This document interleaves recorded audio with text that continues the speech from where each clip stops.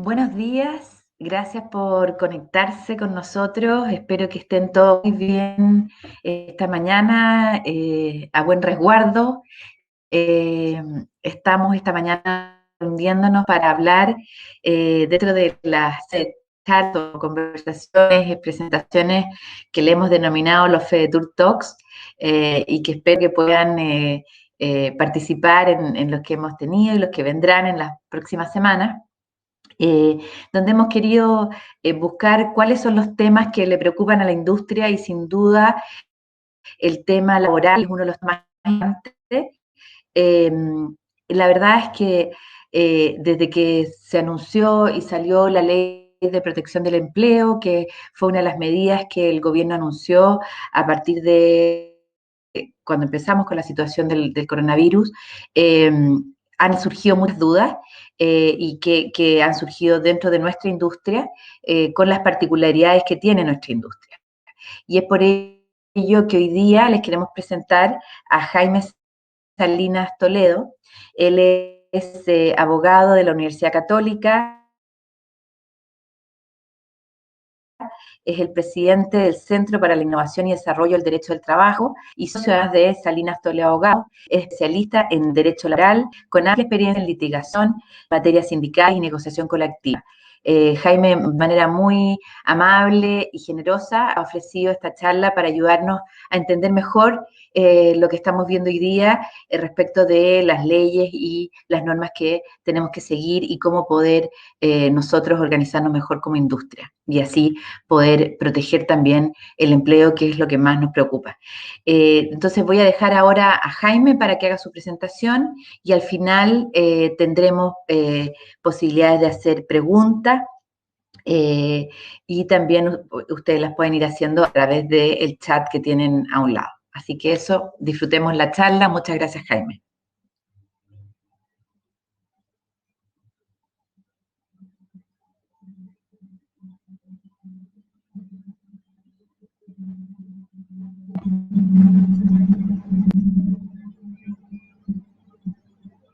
¿Escuchan bien? ¿Sí? ¿Todo bien? Ya, excelente. Bueno, gracias por la invitación. Para mí es un encanto aquí estar contándoles sobre esto. He estado participando en varios webinars y charlas sobre la ley de protección del empleo en las últimas semanas. Y hay muchas dudas en relación particularmente a la ley de protección del empleo, que es la que más dolores de cabeza nos ha dado no solamente a los abogados, sino que obviamente también a las empresas, porque la redacción no ha sido del todo clara y ha generado mucha duda e incertidumbre y por lo menos ya con un par de semanas desde su publicación hemos tenido claridad de cómo afrontar varias de esas dudas. La presentación que les traigo el día de hoy, si bien toca el tema de la ley de protección al empleo al final, el objeto es contarles un poco cómo ha evolucionado las contingencias desde el punto de vista laboral para efectos de que tengamos claro cuáles son las alternativas que existían desde antes de esta ley y que todavía existen para las empresas y que son herramientas a aplicar en el evento que necesiten hacer alguna reestructuración. Y también aquellas otras herramientas que la ley de protección al empleo introdujo desde la perspectiva de poder proteger el empleo, evitar despidos y darle alguna ayuda a estos trabajadores con el uso del seguro de cesantía. Hay cuatro grandes fases que nosotros hemos podido identificar respecto de la contingencia. En primer lugar, tuvimos que cuando llega la crisis sanitaria a golpear Chile a inicios del mes de marzo, lo primero que nosotros empezamos a ver por parte de las autoridades y la preocupación por distintas reparticiones de gobierno era empezar a instruir, a dictar resoluciones en relación a la prevención de los riesgos de contagio, cuáles iban a ser las medidas de protección y las obligaciones de las empresas en relación a este punto, recurriendo a normas generales que están en el Código del Trabajo, normativa complementaria, y así nos encontramos con un par de dictámenes que se los voy a comentar. Luego de eso, cuando la crisis empieza a golpear un poco más fuerte, también dentro del mes de marzo, empiezan muchas empresas a verse enfrentadas a una disminución importante de sus ventas, fuerte de los ingresos, empiezan a ver cómo van a enfrentar esto desde el punto de vista protección en el corto mediano plazo viable de ser mantenida. Entonces empiezan a existir ciertos pronunciamientos por parte de la Dirección del Trabajo en relación a qué es lo que podemos hacer para evitar eventualmente los despidos, y también empiezan las empresas a ver cuáles son las herramientas que el ordenamiento general le otorga para poder enfrentar esta crisis, cosas que no existen al día. La tercera fase está la Dirección del Trabajo en relación a este punto, que hay que comentar, y particularmente uno que fue más polémico, que fue relacionado al tema de la fuerza mayor. La cuarta fase nos encontramos que ya el Congreso y el Gobierno buscan el apoyo desde el punto de vista legislativo, con una normativa que proteja el empleo. Tenemos una tramitación muy rápida de la ley de teletrabajo y con una tramitación aún más rápida todavía de la ley de protección al empleo, que es la que otorga el acceso al seguro de cesantía en 3 casos que vamos a ver más adelante. Y finalmente la cuarta fase hizo relación con los escenarios de judicialización. ¿Ya? Lo que nosotros estamos viendo es que existen ya casos de recursos de protección que se han presentado en varias ciudades. También han existido ciertas demandas de trabajadores en relación a tutelas de derechos fundamentales. Y también ¿me escuchan bien? Si hablo más fuerte, ¿me escuchan bien o no? A este volumen, ¿me escuchan bien?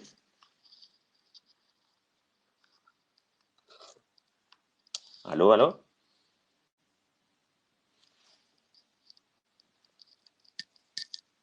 Perfecto, ya.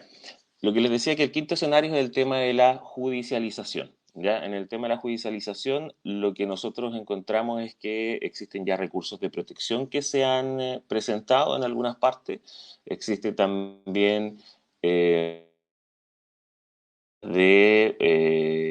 trabajadores que presentado denuncias por que sus empresas no han tenido, no han adoptado todas las medidas de seguridad relacionadas a la protección, y esto ha dado lugar a que se hayan estas demandas admitido a tramitación, pero con resoluciones de inmediato por parte de los tribunales, que han ordenado, por ejemplo, suspensión de actividades, como uno de los más emblemáticos. En Punta Arenas, respecto a una cadena de supermercados, un sindicato presentó por vulneración de derechos fundamentales, y el tribunal en su primera resolución admite tramitación la demanda, pero decreta la suspensión de las actividades de los 6 supermercados de 7 en Punta Arenas.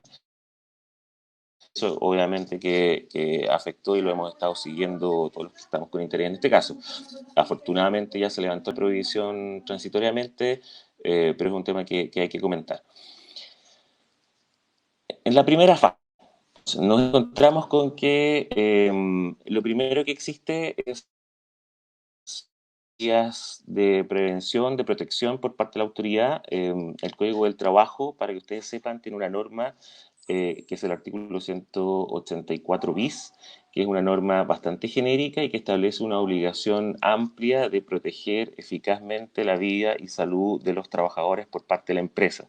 Y esto obliga a que, ante la existencia de riesgos, se tengan que entregar elementos de protección personal, se tengan que entregar también manuales o protocolos de trabajo seguro, y la verdad que es una norma que es el puntapié inicial para una serie de medidas que, como la norma es tan amplia, generaliza muchas de las cosas que eventualmente se pueden empezar a adoptar por parte de las empresas. Y en ese sentido fue que la Dirección del Trabajo emitió un par de dictámenes al inicio de esta, y ratificó el hecho de que había que dar permiso a los trabajadores para hacerse los exámenes ante la eventual existencia de síntomas de tener la enfermedad, que había que también efectuar protocolos de trabajo seguro con entrega de elementos de protección personal, que había que tener medidas de aislamiento, y todo eso en un inicio con las normas generales que sobre protección de la salud de los trabajadores existen en nuestra legislación al día de hoy.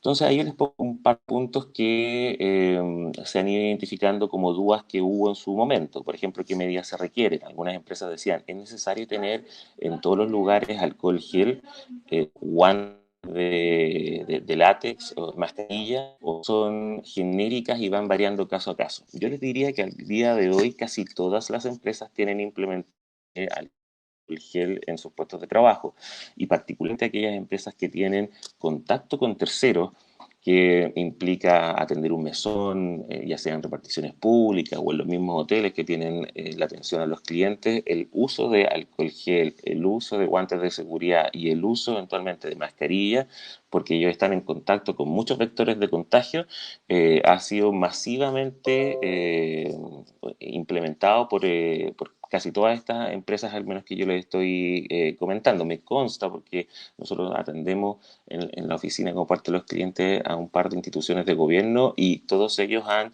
implementado el uso de alcohol, guantes y también mascarillas de seguridad.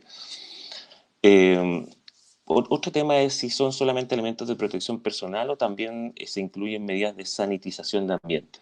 En este punto, también hay protocolos de sanitización de ambiente, y son protocolos bastante estrictos, con hasta incluso mención de cuáles son los químicos y cuáles son las mezclas que se tienen que utilizar. Entonces, si son lugares que eventualmente tienen un flujo alto de personas, también eventualmente se podría llegar a fiscalizar el hecho de tener estas medidas de sanitización como el protocolo que ha sacado el Ministerio de Salud. En un inicio también, les pongo como tercer punto, el teletrabajo está totalmente desregulado a inicios de marzo. Vino recién a salir la ley con posterioridad, a fines de marzo, con vigencia a partir del 1 de abril. Pero en aquel entonces lo que existía era un gran interés por implementar esta medida del teletrabajo, que si bien en su momento, como les mencionaba, no estaba regulada, sí se podía implementar. Y se podía intentar desde la vereda de que el Código del Trabajo ya tenía reconocimientos al trabajo a distancia, al menos en dos de sus normas, unas normas muy peregrinas que estaban dando vuelta por ahí, en el artículo 22, inciso segundo, que era parte de las personas que están exentas de horario, y también el artículo 376, que son los pactos sobre condiciones especiales de trabajo en materia de negociación colectiva. Pero lo empezaron a implementar muchas empresas, ¿ya? Yo me acuerdo que me tocó dar una charla, a inicios de marzo, muchas empresas ya habían implementado el teletrabajo, y la pregunta era, bueno, ¿lo estoy haciendo bien o lo estoy haciendo mal? Y la verdad que en aquella época, si bien no teníamos una ley, ya estaba en tramitación el proyecto sobre trabajo a distancia, el teletrabajo, que nos orientaba sobre cuáles eran en definitiva las normas, las regulaciones que el proyecto contenía, y que de hecho ya había sido aprobado en general en aquel momento por la Cámara de Diputados. Afortunadamente ese proyecto ahora es ley, y las empresas que a inicios de marzo regularon la implementación del teletrabajo, teniendo en el horizonte la vista a este proyecto que ya al día de hoy nos rige, lo hicieron por escrito, con pactos, en el fondo que vamos a ver un poquito más en detalle esto más adelante, con pactos que al día de hoy cubren o en el fondo cumplen con tener lo necesario para acogerse a esta ley. De todas formas, la ley igual da un plazo de 3 meses para poder cumplir con todas sus disposiciones en el evento que aquellos que hayan implementado el teletrabajo, incluso verbalmente, puedan adaptarse a la nueva normativa. También teníamos dudas sobre cuáles eran los tratamientos al inicio de las personas que tenían esta enfermedad detectada, qué se hacía con el área de trabajo, la gente que había tenido contacto con ellos, si tenía que tener una cuarentena, si podía volver a su trabajo, si bastaba con que se hiciera el examen y si salía negativo volviera a trabajar. Eso afortunadamente también ha quedado despejado el día de hoy con la información que ha salido del MinSal. Y otro tema que salió en las primeras semanas fue, ¿qué hacemos, hombre, con el tema de la protección de los datos personales de aquellas personas que tienen esta enfermedad? La empresa puede publicar o puede informar abiertamente que Juan, que María o que cualquier otro trabajador tiene esta enfermedad para efectos de adoptar algún tipo de medida. Y lo cierto es que si ustedes se fijan al día de hoy en las noticias, cuando en varias oportunidades se le ha pedido al Ministerio de Salud que saque un listado de las personas que tienen la enfermedad, lo han negado rotundamente, porque existe un deber de proteger la privacidad y la intimidad de las personas. El publicar este tipo de información, obviamente que va a generar una suerte de discriminación, una afectación a su intimidad, y lo mismo pasa ya no solamente a nivel del Ministerio de Salud, al interior de las empresas. De hecho, hay un artículo que es el 154 bis del Código del Trabajo que establece una obligación de reserva de los datos de los trabajadores a que el empleador tenga acceso con ocasión del contrato de trabajo. Por lo tanto, si bien es evidente que la primera persona en informar sobre el contagio va a ser el propio trabajador a su grupo más cercano de trabajo, distinto es que sea la jefatura la que ande publicando esa información, ¿ya?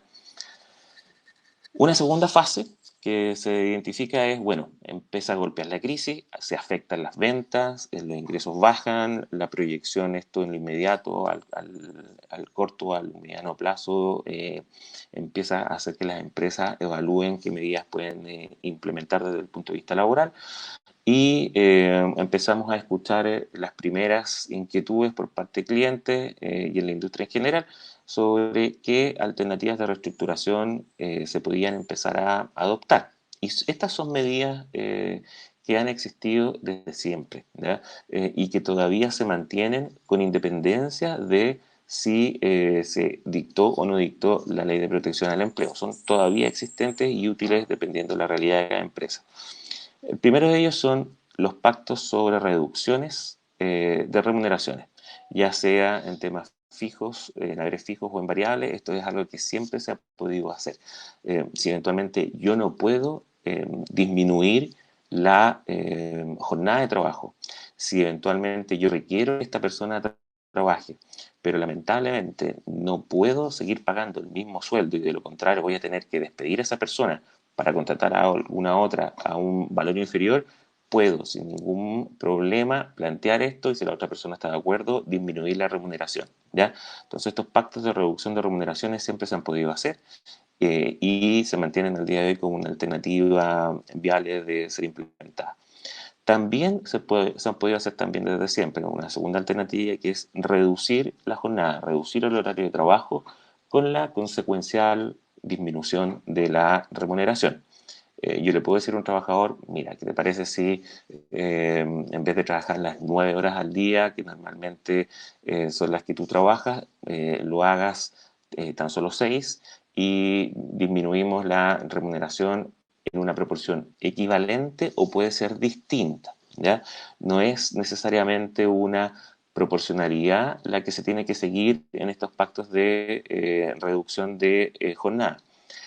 Y me gusta que esto mencionarlo bien estrictamente porque se llega a confundir esto porque hay precisamente en la ley de protección al empleo una figura, la tercera opción de hecho que plantea esta norma, una figura relacionada precisamente con los pactos de reducción de jornada, pero para acogerse a los beneficios del seguro de cesantía.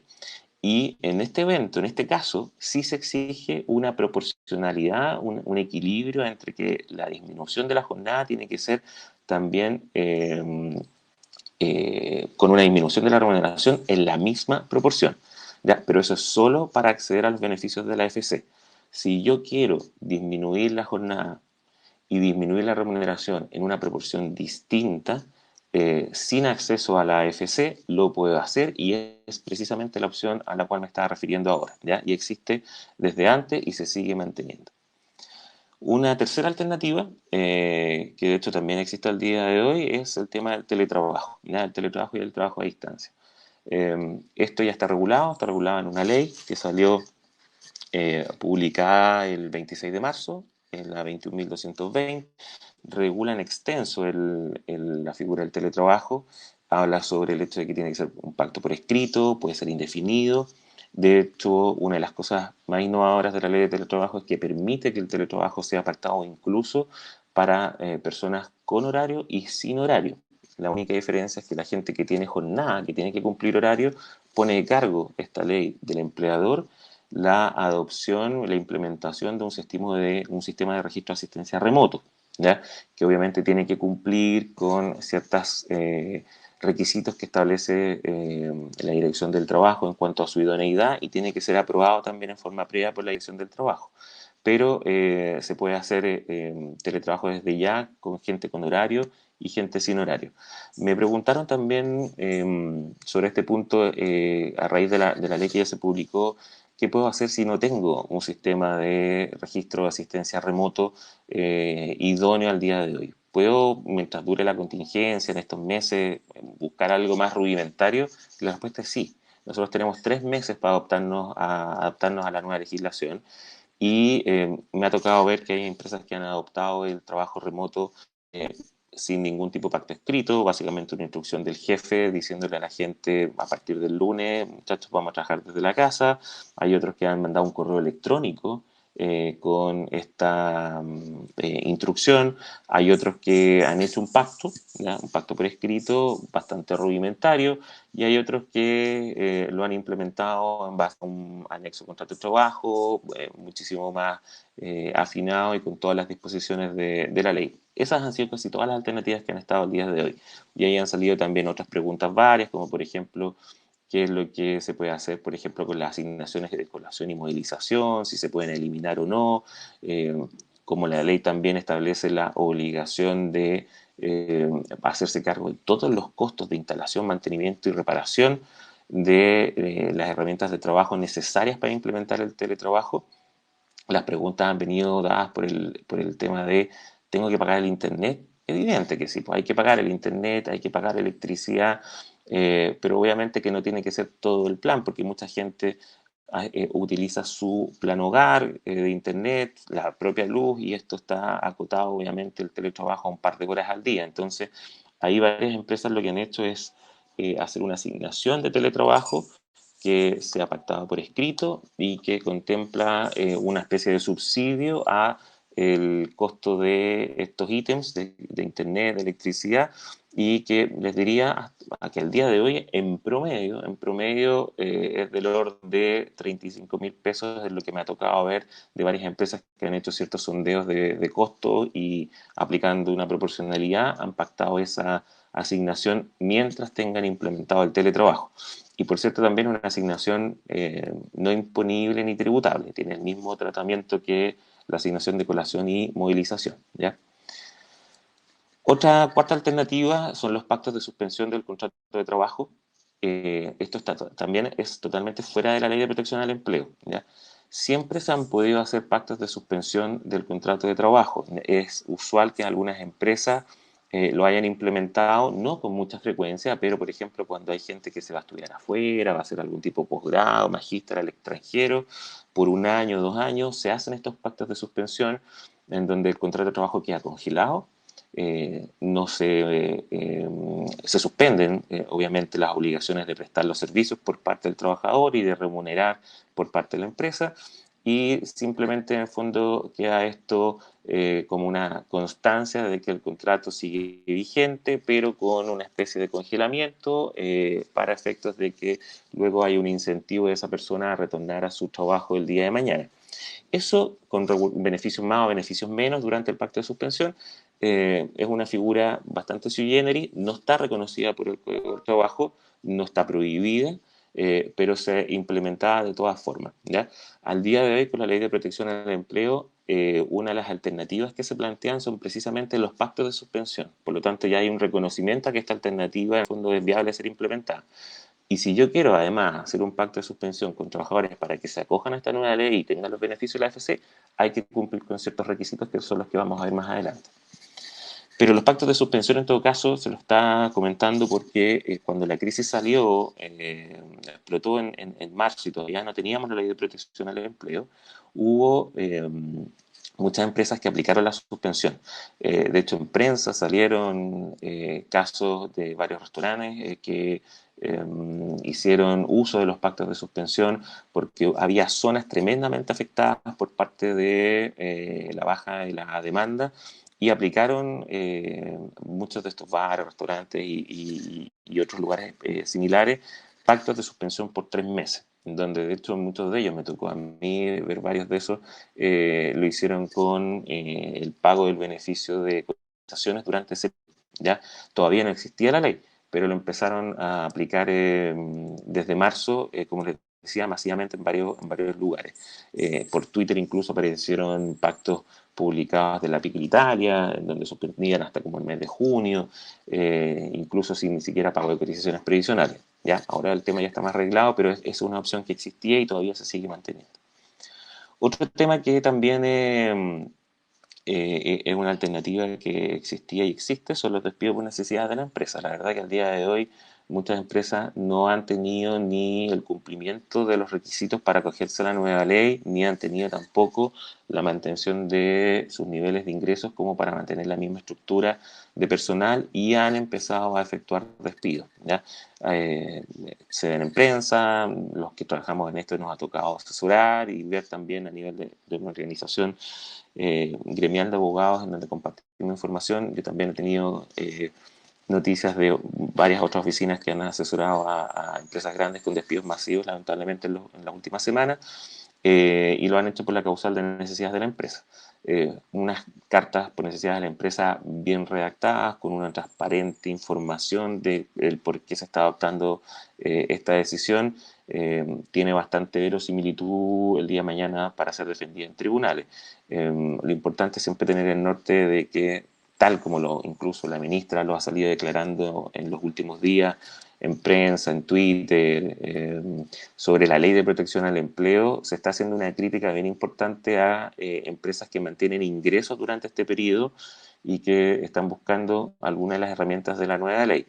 Hay que tener cuidado con eso, porque en la nueva ley no establece que las empresas tengan que tener determinada disminución en los requisitos para efectos de que disminución en sus ingresos, como para efectos de que se acojan a la nueva ley.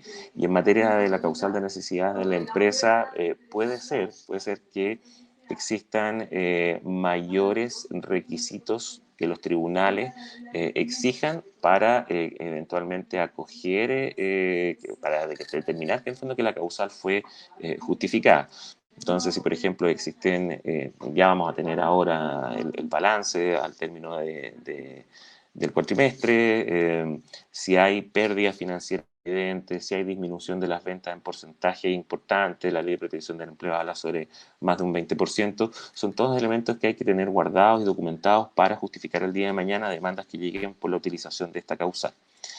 Y el último tema que existía en su momento era el tema de, bueno, podemos eventualmente, en casos cuando empezaron las cuarentenas a ser dictadas por parte de la autoridad, podemos empezar a suspender el pago de las remuneraciones por fuerza mayor, podemos eventualmente proceder a efectuar despidos por fuerza mayor, y esto es un tema tremendamente polémico, porque la Dirección del Trabajo sacó un dictamen en su momento que reconocía que todas las circunstancias relacionadas a actos de autoridad, los efectos que estaban detrás de los actos de autoridad, que eran cuarentenas que se habían dictado en varias comunas de Santiago y en otras ciudades a lo largo de Chile, impedían efectivamente el funcionamiento. Y la Dirección de Trabajo dijo que eso era fuerza mayor.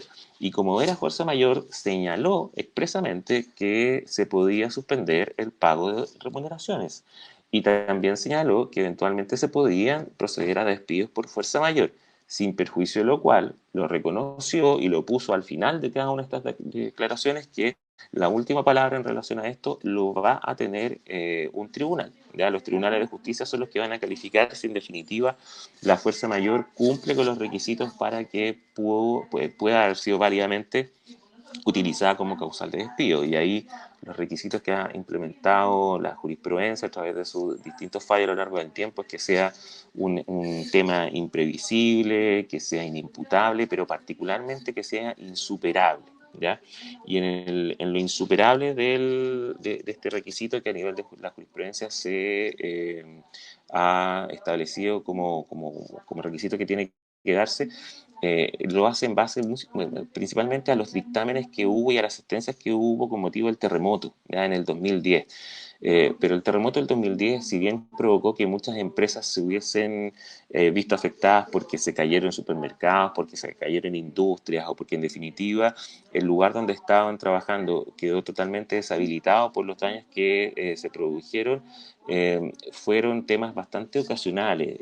Hubo posibilidad de reconstruir al par de semanas, algunos dictámenes dijeron que era posible inclusive reposicionar a los trabajadores en otro local, por ejemplo, en cadenas de supermercado, de un lado a otro, cosa con la que yo no estoy de acuerdo y muchos abogados laboralistas tampoco, pero son dictámenes que en su momento y fallos que en su momento existieron respecto de la fuerza mayor.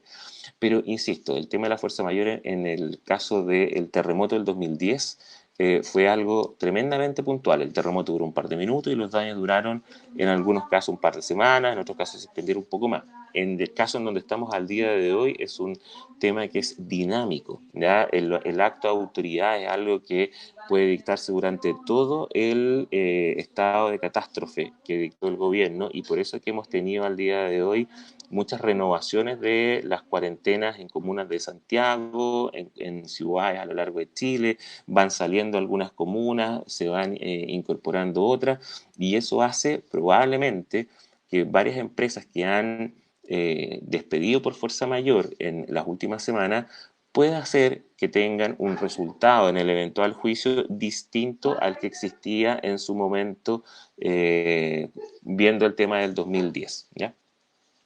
Un tercer escenario, que es el que nosotros identificamos, dice relación, a ver si puedo pasar al tercer, listo, dice relación con los dictámenes, ¿ya? Los dictámenes que hubo por parte de la Dirección del Trabajo con motivo de esta crisis. Y aquí hay 4 dictámenes que yo les pongo ahí destacados para que lo tengan presente. El primero de estos fue el que fijó los criterios y las orientaciones sobre el impacto laboral de la emergencia sanitaria. Fue el dictamen del 116. Y aquí lo que dijo principalmente la Dirección del Trabajo fue cuáles son las consideraciones sobre el deber de protección del empleador. Y aquí es parte de lo que yo les comentaba al inicio de la presentación, como en la fase 1, fueron las consideraciones en relación a entregar elementos de protección personal, consideraciones en relación a los permisos que había que dar para que los trabajadores se tomaran los exámenes de detección de la enfermedad, para que eventualmente incluso hicieran uso de las cuarentenas que se estaban sugiriendo en aquel momento por parte de la autoridad sin tener noción si es que se iban a permitir licencias médicas por estas cuarentenas, cosas que quedaron superadas con el paso de la semana. ¿Ya? Después nos encontramos con un segundo dictamen, el ordinario 1239, que lo que hizo básicamente fue decirle a las empresas, como ya la crisis estaba empezando a afectar y existían ya temores por parte de muchas empresas en cuanto a cómo iban a poder mantener su estructura de trabajadores con la disminución en sus ventas, la Dirección del Trabajo dijo, ojo, ojo, vean cuáles son las eventuales alternativas que al día de hoy la ley les permite a ustedes para tratar de adecuarse y adaptarse a esta realidad sin eventualmente tener que despedir. Y así nos encontramos con que dijo, si usted puede implementar trabajo a distancia o teletrabajo, hágalo. Tenga presente que también puede usted hacer pactos sobre horarios diferidos de ingreso y salida de trabajadores. Tenga también presente que usted puede aplicar las medidas de feriado colectivo, que es una facultad unilateral que tiene la empresa que le permite cerrar por 3 semanas al determinado horario de establecimiento para estos efectos. También puede otorgar usted feriado legal anticipado, o sea, si hay trabajadores que tienen vacaciones, hable con ellos, obviamente no se puede imponer, ¿ya? Pero si viene la crisis y ustedes necesitan cerrar porque hay una autoridad al día de hoy que ustedes no pueden sobreponerse a él, el pactar vacaciones para que el trabajador en el fondo haga uso de las mismas durante los actos de autoridad también es una alternativa. Y si eventualmente el trabajador no tiene vacaciones suficientes, como por ejemplo para tomarse 2 o 3 semanas, adelántesela, ya que quede un saldo negativo de vacaciones que después se va recuperando. Pero también es una alternativa que la Dirección del Trabajo mencionó. También el trabajo en turno, hagan turnos, disminuyan la presencia de trabajadores al interior de la empresa con miras a eventualmente acotar los riesgos de contagio.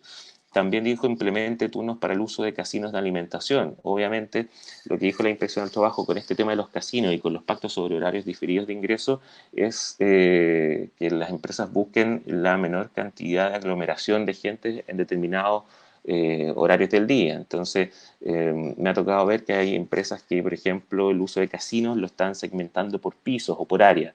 Entonces, determinada área o determinada zona de la empresa puede hacer uso del casino de 1:30 a las 2:15. Después, otra zona de las 2:15 hasta las 3 de la tarde. Y con esa forma también se evitan aglomeraciones. Y también se han establecido ciertas limitaciones, se sugirió por parte de la Dirección de Trabajo, limitaciones de atención de usuarios o clientes.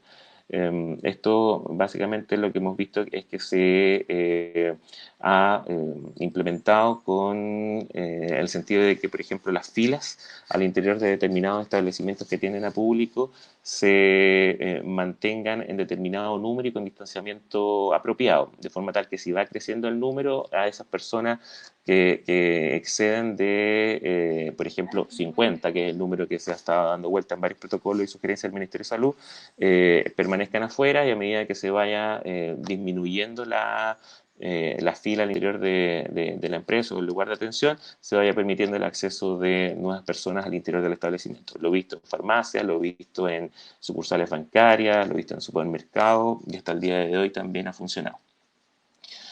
El tercer dictamen que también salió fue el que yo les comentaba había generado polémica, que es el de la fuerza mayor, ya es el dictamen 1283.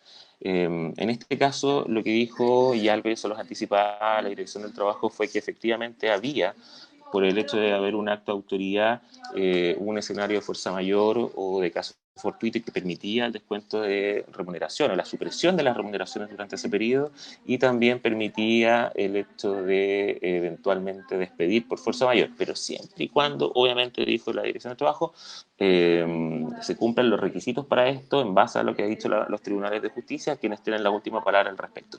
Esto fue muy criticado, muy criticado, salieron declaraciones de la CUT, también salieron declaraciones de unas asociaciones de abogados laboralistas, criticando que no podía existir por parte de la Dirección del Trabajo un juzgamiento a priori de la situación que estamos viviendo para calificarla desde ya como fuerza mayor.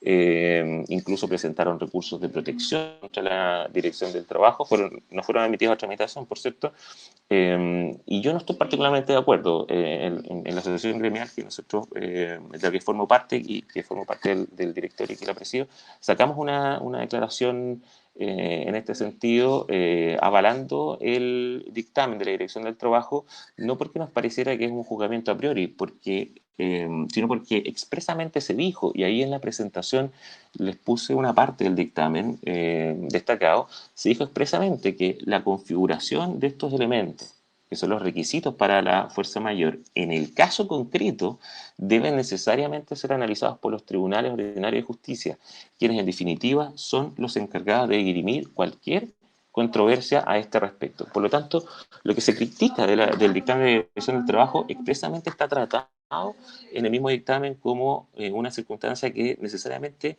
tiene que ser juzgada posteriormente. Por lo tanto, a mi juicio, las críticas han sido totalmente infundadas respecto de este dictamen.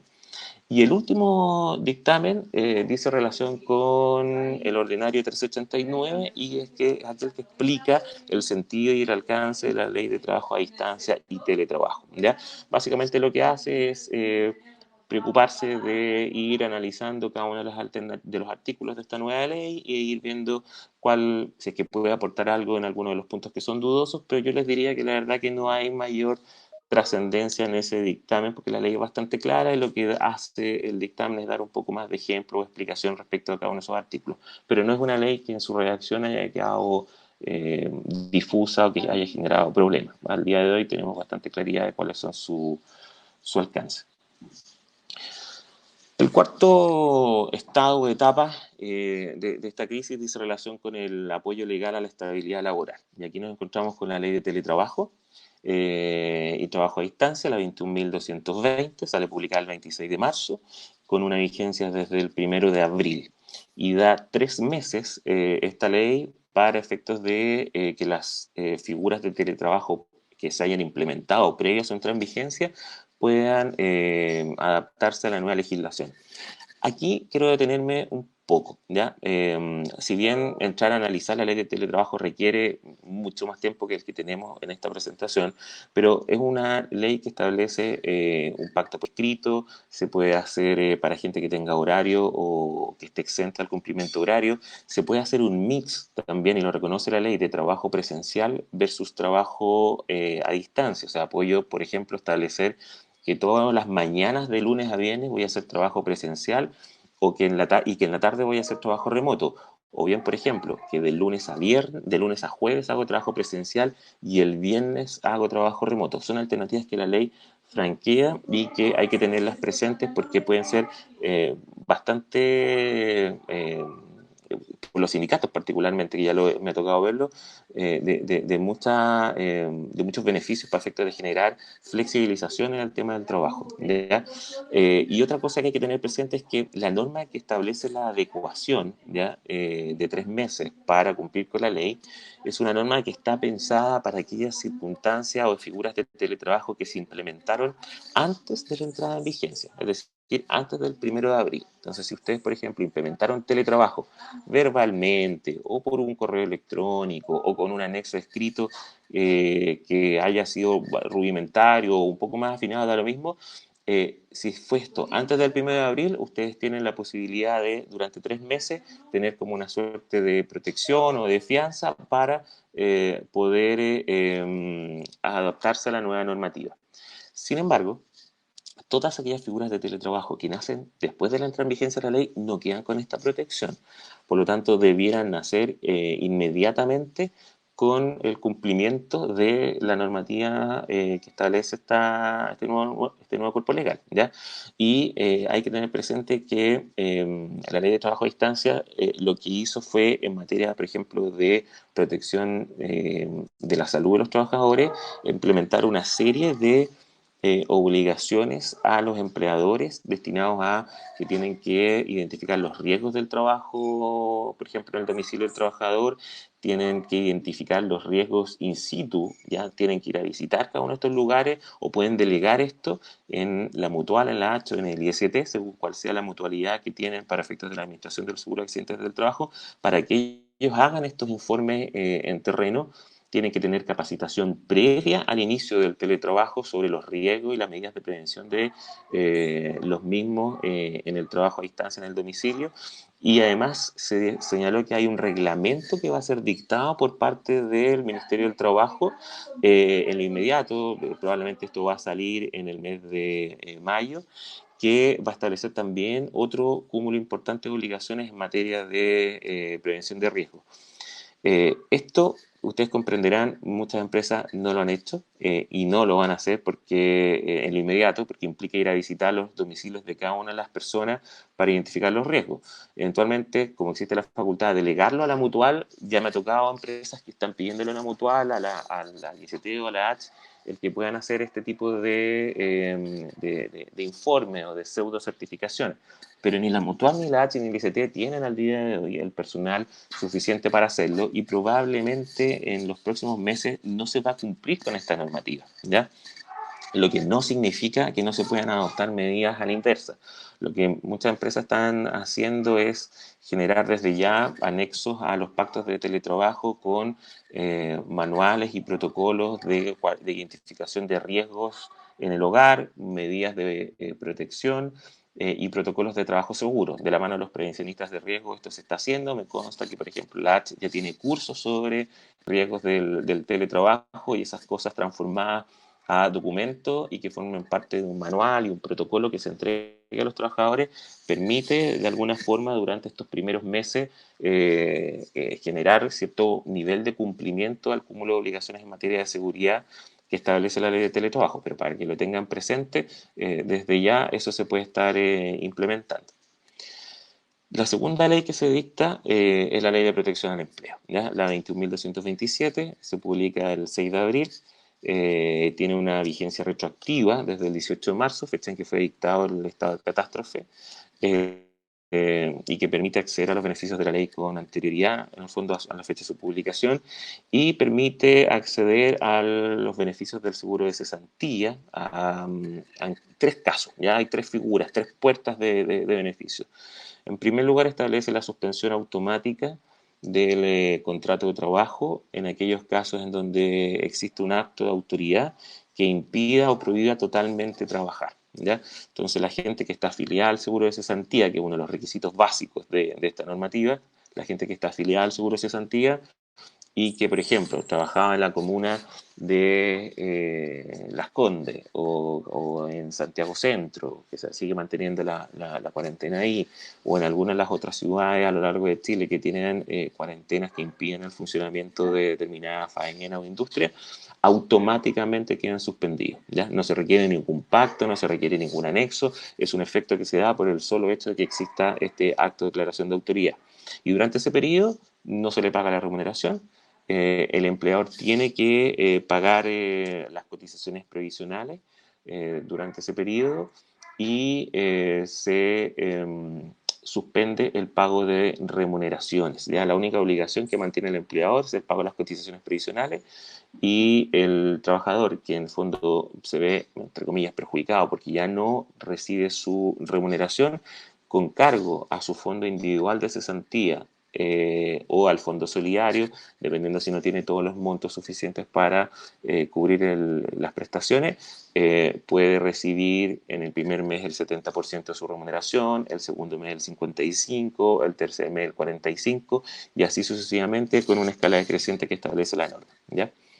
El segundo beneficio es el tema de los pactos de suspensión. ¿Ya? Los pactos de suspensión, cuando no hay un acto de autoridad vigente y hay una empresa que se haya visto afectada por esta crisis, en todo o en parte, dice la norma, o sea, puede ser una afectación completa, como puede ser también una afectación parcial, puede acordar con sus trabajadores pactos de suspensión.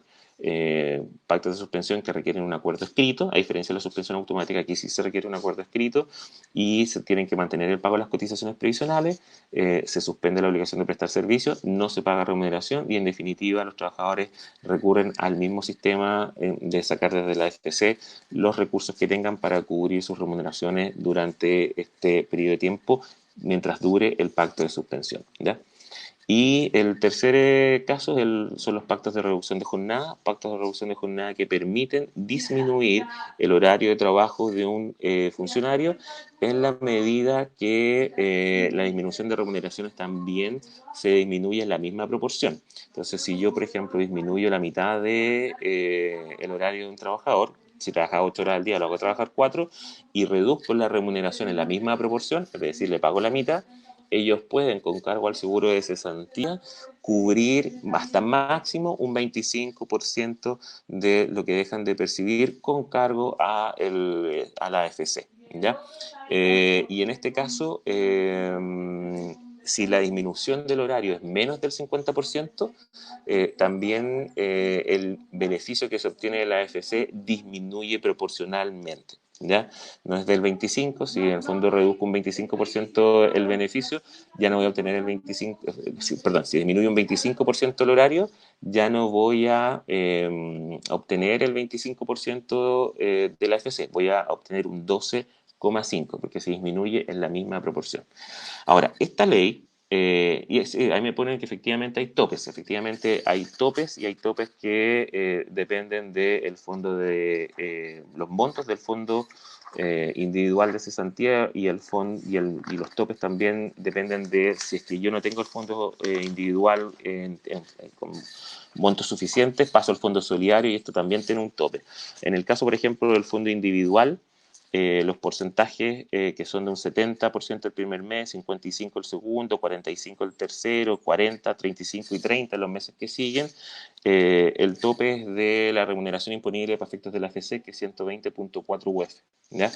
Pero si yo me paso a el fondo solidario, ahí los topes son muchísimo más bajos. ¿Ya? Y cuando yo hago uso del fondo solidario, tengo, por ejemplo, que para la gente que tiene contrato indefinido, que el primer mes que se mantiene el porcentaje ya de un 70%, el tope máximo que se obtiene el beneficio son 652.956 pesos y el tope mínimo son 225.000 pesos. ¿Ya? Los topes mínimos se mantienen durante los primeros 3 meses en 225, pero los topes máximos varían. El primer mes son 652.000 y fracción, el segundo mes son 513.000 y fracción, el cuarto mes 419.000 y fracción, y así va decreciendo. Por lo tanto, sí hay diferencia si es que yo uso mi fondo individual versus el fondo de cesantía, el fondo solidario, perdón.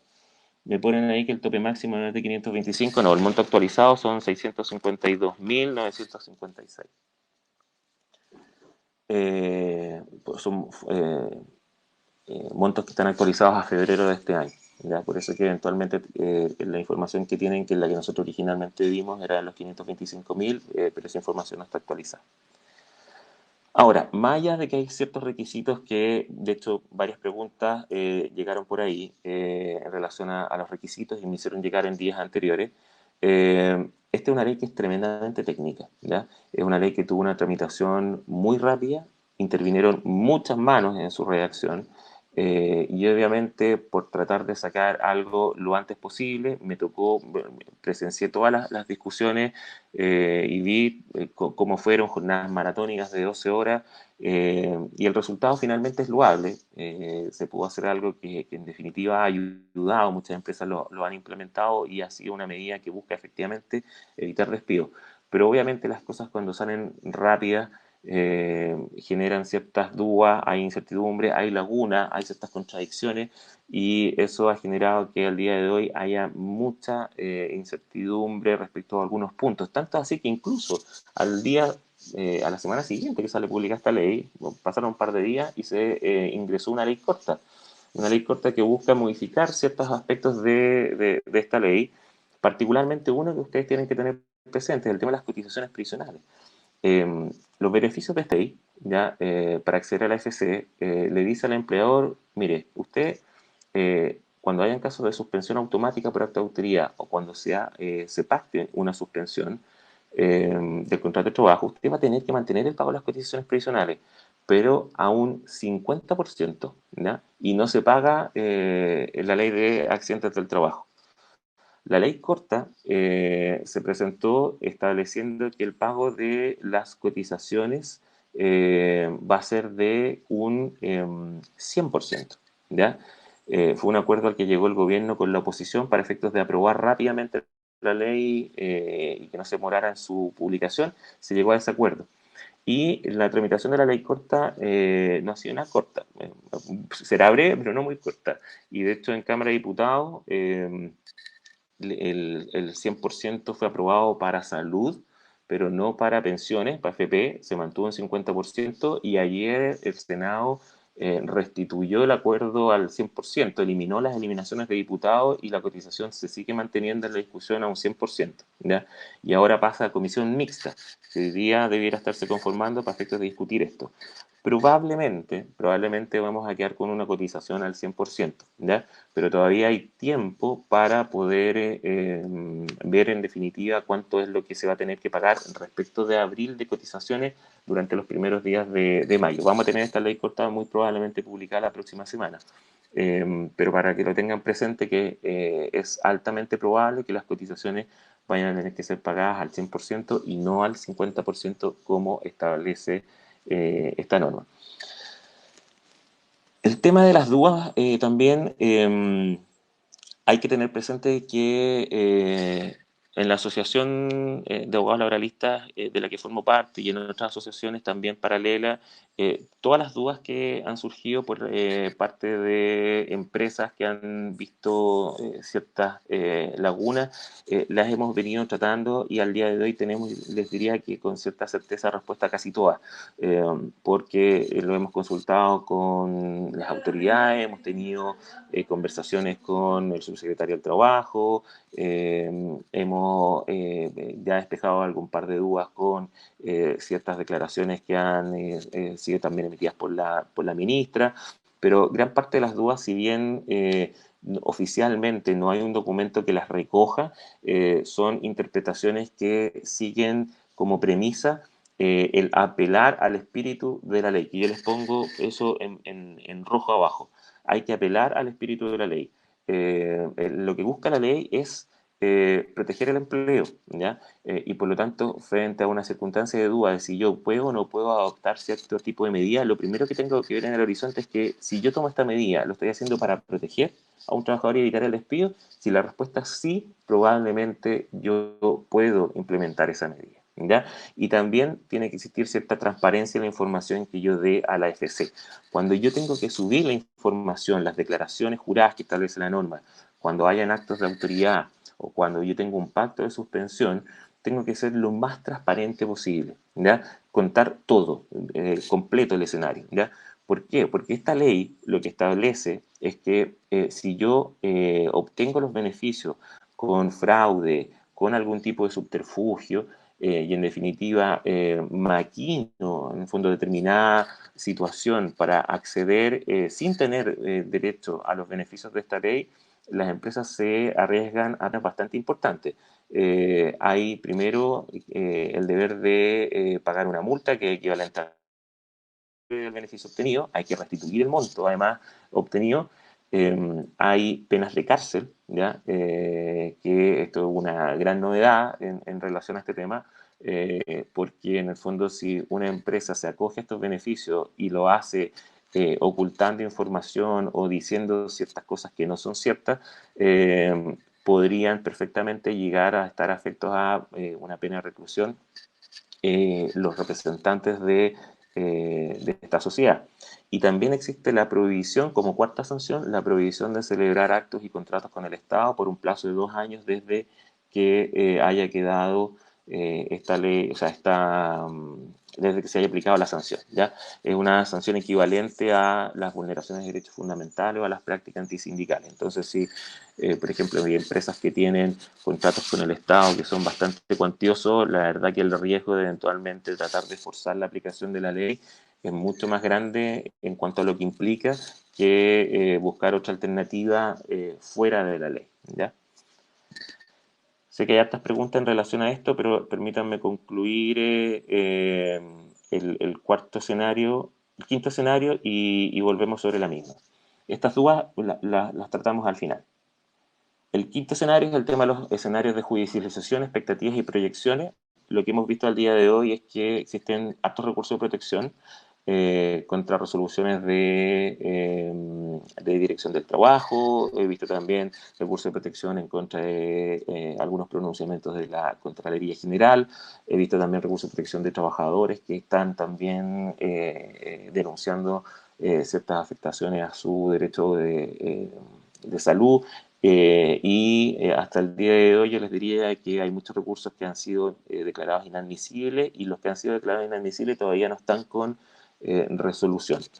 También hemos tenido muchas noticias sobre acciones de tutela por vulneración de derechos fundamentales, particularmente de sindicatos, que denuncian la inexistencia de medidas de protección en los lugares de trabajo. Y esto ha dado lugar, como les mencionaba antes, aquí obviamente las demandas son admitidas a tramitación, pero de plano, como primera resolución y medida, el, eh, el tribunal adopta ciertas medidas cautelares o de protección, suspendiendo de forma inmediata la prestación de los servicios mientras dure la tramitación del juicio o al menos hasta que no haya garantía de que se hayan adoptado medidas de cuidado adecuadas. Y también, ya bueno, esto es pan de todos los días, el tema de los juicios por despido injustificado, pero que particularmente al día de hoy, como han existido centenares, si no miles de despidos por necesidades en la empresa o por vencimiento del plazo, vamos a tener un crecimiento exponencial del número de juicios de esta naturaleza, con obviamente el consecuencial colapso de los tribunales en los meses que siguen. Al día de hoy los tribunales están con funcionamiento restringido, hay muchos con cuarentena, otros que tienen ciertos horarios limitados de atención de personal. Hemos tenido ya varias audiencias, no varias, yo les diría que la gran mayoría de las audiencias están siendo reprogramadas para fechas más adelante. Tengo audiencias reprogramadas que teníamos fechas ahora para septiembre. Hay otras que son aquellas que son iniciales, que no requieren testigos ni personas declarando, sino que solamente la presencia de los abogados, que se han hecho a través de digitales, por Zoom, por Webex, y han funcionado bien, sin mayor problema. Pero hay mucha casuística en esto que viene. ¿Qué es lo que sigue después de esto? Bueno, viene la ley corta que ya les mencionaba, que tienen que estar muy atentos a lo que va a señalar, sobre todo en materia de cotizaciones previsionales, porque probablemente va a subir el monto, ya no va a ser al 50%, sino que va a ser al 100% lo que tengan que pagar los empleadores. También viene el dictamen de la Dirección del Trabajo, que ha sido ya profusamente avisado de que viene y que probablemente va a ser dictado, según ya lo ha dicho el subsecretario, con posterioridad a la ley corta. ¿Ya? Cuando salga la ley corta van a sacar ese dictamen, antes no, porque obviamente tienen que hacerse cargo de lo que va a decir esa nueva normativa. Y finalmente lo que viene es la discusión del proyecto de ley que suspende temporalmente los plazos en procesos de negociación colectiva. Ha habido una preocupación importante por parte de varios sindicatos y varias empresas que han tenido que enfrentar los vencimientos de los plazos de los contratos colectivos en estos meses, con las suspensiones, con toda la problemática de que están cerradas las empresas, no hay donde negociar, y esto ha generado obviamente un cúmulo importante de dudas de qué es lo que pasa. Han renovado las vigencias de los contratos colectivos, cosa que se puede hacer y es una alternativa para aquellos contratos colectivos que tienen menos de 3 años de vigencia. Por ejemplo, si tienen 2, lo pueden renovar por 1 año más para efectos de poder de esa forma tener un periodo de 12 meses más, a ver si pasa la contingencia, para efectos de poder cambiar esta crisis y negociar en mejores términos. Y esta ley que se está dictando, o sea, que está en discusión el día de hoy, en las próximas semanas va a retomar su tramitación, no es de las más urgentes, y lo que va a plantear es la renovación de los plazos de la negociación colectiva. Probablemente lo que estamos viendo es que se van a congelar todos los vencimientos y se va, una vez terminado el estado de catástrofe, a renovar cada uno de estos plazos que estaban en vilo. Nosotros hemos sugerido que exista una suspensión progresiva, porque si no vamos a tener todas las negociaciones colectivas después cayendo, por ejemplo, en septiembre. Entonces, por ejemplo, lo que hemos sugerido, y es más o menos lo que el gobierno quiere implementar, es que todas aquellas negociaciones colectivas que, por ejemplo, caían ahora en abril, cuando termine el estado de catástrofe, caigan al mes siguiente, y las que caigan en mayo al mes subsiguiente, y así sucesivamente. Cosa que permite, en el fondo, que no haya una sobrecarga de negociaciones colectivas y que también la Dirección del Trabajo, que tiene que estar detrás, obviamente, de todas las negociaciones regladas, pueda tener, en el fondo, el tiempo y la capacidad para hacerse cargo de esto. Veo que me han llegado varias preguntas en relación a la Ley de Protección al Empleo y sobre también los parques nacionales. Permítanme comentarles un poco las dudas que están en esta lámina que les estoy mostrando, que están viendo ustedes ahora, y paso inmediato a ver las preguntas que ustedes están ahí mencionando. Algunas dudas han venido del lado de si las empresas pueden pagar el complemento que no cubre la AFC. Por ejemplo, si el primer mes la AFC cubre el 70%, si es que acaso la empresa puede pagar el 30% restante, y el segundo mes que la AFC paga un 55%, si es que la empresa puede pagar el 45% restante o una proporción inferior. Sobre este punto, lo que tienen que tener presente es que la ley no establece nada en relación a eso, ¿ya?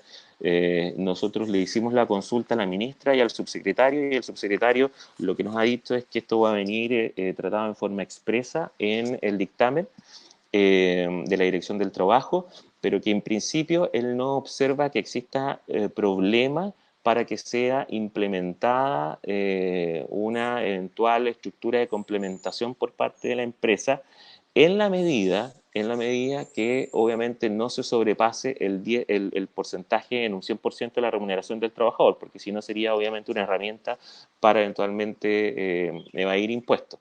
Entonces, por ejemplo, si eventualmente el primer mes se obtiene un 70% por parte de la AFC, obviamente el total de lo que eventualmente puede pagar la empresa como complemento no puede superar lo que equivale al 100% de la remuneración normal que recibe ese trabajador. Eso es como el horizonte que hay respecto al complemento, ¿ya? Nosotros estamos de acuerdo en relación a eso, desde nuestra oficina y también varias otras oficinas de laboralistas no vemos inconveniente en efectuar los complementos. Sin embargo, queremos esperar que salga el dictamen para sugerirlo a ciencia cierta y en el intertanto hay otras alternativas que se pueden eventualmente dar, como por ejemplo préstamos a los trabajadores que eventualmente lo requieran o anticipos de remuneraciones con cargo a remuneraciones futuras, pero hay que tener presente que el dictamen que debiera salir la próxima semana debiera clarificar un poco este punto. Después el tema de los montos en relación a pago de cotizaciones previsionales, tienen que tener presente que nos han llegado algunas dudas relacionadas si lo que tiene que pagar la empresa es el 7%, por ejemplo, obligatorio en tema de salud, o si tiene que también hacerse cargo de los planes que superen en el fondo el 7%. Y eso eventualmente debiera pagarlo el trabajador por su lado. La ley no es clara en este punto. La ley dice que hay que pagar las cotizaciones previsionales que son de cargo de la empresa y del trabajador, y con esa redacción uno entendería que tiene que también pagar el sobrecosto del plan contratado por el trabajador más allá del 7%. Hay una postura interpretativa que dice no, es solamente el 7% porque es la única, la ley ocupa la nomenclatura de remuneración imponible y el 7% se calcula sobre remuneración imponible y el sobreprecio no se calcula sobre ningún tipo de remuneración imponible, es simplemente un costo, un precio por sobre respecto al plan.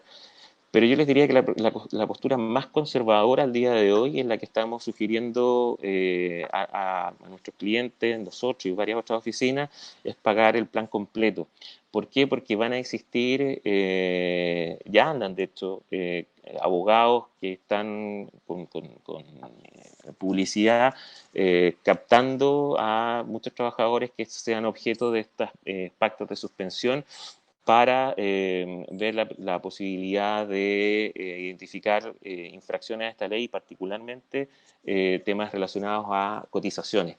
No me cabe duda que el día de mañana vamos a tener muchas demandas por nulidad del despido, producto de los errores, los malos entendimientos, los malos cálculos en el pago de las cotizaciones en estos meses. Entonces, creo que sin lugar a duda el costo de eventualmente pagar la cotización al 100% por sobre el 7% de salud no es totalmente ínfimo en relación al riesgo que tengo el día de mañana de que me digan que yo tengo una deuda de cotizaciones en estos meses. Porque si yo despido a un trabajador en enero del próximo año, producto de, no sé, necesidades de la empresa, por ejemplo, y ese trabajador llega y me dice, oye, pero usted en el mes de abril no me pagó la cotización al 100% como dice la norma, y el tribunal estima que eso es verdad, y que no me cree que yo en el fondo tenía derecho a pagar solo el 7%, va a acoger la demanda de nulidad del despido, y la demanda de nulidad del despido es tremendamente grave, porque tiene como condena que se entiende que ese trabajador por cada mes desde que fue separado de sus funciones, desde que fue despedido, yo le tengo que pagar un mes de remuneración completo, por cada mes. Entonces, si el juicio se demora 8 meses, yo tengo que pagarle 8 sueldos a ese trabajador. ¿Ya? Entonces, comprenderán a ustedes que pagar en abril, en mayo o en junio, mientras dure la contingencia, el sobreprecio del costo de salud de la ISAPRE que tenga contratada esta persona, versus tener el riesgo de la FC, o sea, de la unidad del despido por otro lado, la verdad que no lo justifica. Nosotros estamos sugiriendo eso y yo diría que la mayoría de las empresas al día de hoy lo van a hacer y van a pagar la cotización completa para no tener este riesgo el día de mañana. Otro tema es que nos han preguntado si se puede reducir la jornada para los trabajadores que no tengan horario, accediendo al beneficio de la AFC? Y la respuesta es no, no se puede, ¿ya? La tercera alternativa que franquea esta ley es una reducción de la jornada de trabajo con la consecuencial disminución de la remuneración. Y yo no puedo disminuir la jornada de trabajo respecto a una persona que no tiene jornada. Por lo tanto, las personas que están sin horario no pueden acceder a esta alternativa de la ley.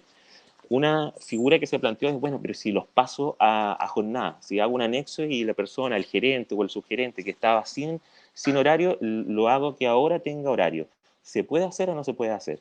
Eh, y teóricamente uno puede hacerlo, porque nunca ha sido eso una variable que haya sido limitada por el código. Sin embargo, lo que hay que tener presente es que la ley establece penas para aquellos casos en donde yo con fraude, con simulación, con algún tipo de subterfugio, acceda a estos beneficios. Entonces se podría llegar a estimar que a una persona que durante todos los últimos años ha estado sin horario, curiosamente yo ahora lo pago, lo hago tener horario y acceda a los beneficios de la AFC, probablemente me van a decir que eso es una figura que huele a simulación, huele a fraude y probablemente tenga que enfrentar alguna fiscalización, proceso de aplicación de multas o eventualmente algún tipo de derivación de este tema al Ministerio Público por la sanción penal que hay detrás de la infracción a esta ley. Entonces, yo la verdad que no lo estoy sugiriendo, prefiero casi que esa persona que está sin horario por el nivel de responsabilidad que tiene, se le disminuya con un pacto de reducción de remuneraciones de común acuerdo su remuneración, pero que no se acoja a los beneficios de esta ley mediante esta alternativa que les estaba comentando. Otra consulta que nos ha llegado es qué pasa con las empresas que tengan servicios esenciales, si es que pueden pactar, hacer pactos de suspensión, porque la ley no está del todo clara en ese punto y la verdad es que es un tema que ha quedado relativamente despejado. Las empresas que, una TECO, una empresa de gas, de electricidad, que tenga servicios esenciales, un supermercado, por ejemplo, o clínica, sí pueden efectuar pactos de suspensión, ¿ya? No obstante que existan actos de autoridad vigente. Y de hecho el decreto de Hacienda, el 88, establece que ellos pueden hacer adecuaciones a su personal para efectos de adecuar en el fondo su continuidad operacional o establecer algún tipo de disminución de sus costos, porque en definitiva ustedes comprenderán que una empresa que tiene que ser servicio esencial y que tiene que seguir operando para prestar el servicio público que hay detrás de su declaración como empresa estratégica, van a haber muchas áreas que eventualmente no van a requerir el mismo nivel de apoyo que en otras ocasiones. Por ejemplo, supermercados, ya muchos no necesitan tener 10 cajeros o 15 cajeros, entonces pueden funcionar perfectamente con 3. La contratación también a distancia, todo lo del corner shop, las aplicaciones de supermercados han disminuido también mucho la presencia de personas al interior de los supermercados. Entonces, con ese número de personas que eventualmente no haya necesidad de tenerlas, se pueden efectuar pactos de suspensión. También hay una norma que anda ahí más o menos perdida y que no se conoce mucho, que es el jus variandi ampliado, que también es solamente para las empresas exceptuadas de servicios esenciales o estratégicos, que les permite establecer modificaciones a la naturaleza de las funciones de los trabajadores en forma transitoria mientras dura esta contingencia. El ejemplo de esto es, por ejemplo, el caso de los cajeros de un supermercado. Si yo, por ejemplo, tenía 10 cajeros y ya no necesito los 10 y tengo 3, a esos otros 7 cajeros que ya no los necesito, en vez de, por ejemplo, suspenderlos, los puedo pasar a bodega. Como está creciendo el comercio electrónico en el supermercado, mientras tanto los puedo poner a hacer paquetes y hacer los pedidos en el fondo de la contratación electrónica, y esa es una modificación que normalmente no se permite porque estoy alterando la naturaleza del servicio, pasándolos a que tengan una función que no es similar, pero se puede hacer transitoriamente por disposición de esta ley. Otra pregunta que yo creo que es de interés de muchos es si yo puedo alternar pactos de suspensión con pactos de reducción de jornada. Y esto sí, se puede hacer sin ningún tipo de duda. O sea, yo puedo tener, por ejemplo, en un área de la empresa, durante este mes, a la mitad del personal con pactos de suspensión y a la otra mitad trabajando normalmente. y el próximo mes puedo hacer una inversión. Y los que estuvieron suspendidos durante el mes de abril pasan a trabajar en mayo y los que estuvieron trabajando en abril pasan a estar suspendidos en mayo. Eso lo puedo hacer, no lo prohíbe la ley y de hecho lo hemos conversado nosotros con la autoridad y es una alternativa que permite de hecho sortear con mayor dinamismo y con mayor flexibilidad esta crisis, porque además los trabajadores van a poder verse beneficiados no estando siempre con el tema de la AFC, sino que solamente en forma transitoria y con esta figura como escalonada. Y otra pregunta que también veo que me la han hecho es qué pasa con los casos que no están mencionados en el decreto de Hacienda. Y esta es una gran pregunta que afecta no solamente a, por ejemplo, hoteles que estén en parques nacionales, sino que también a los casinos de juego, que fueron los primeros, por ejemplo, en estar suspendidos y que no están mencionados en el decreto de Hacienda.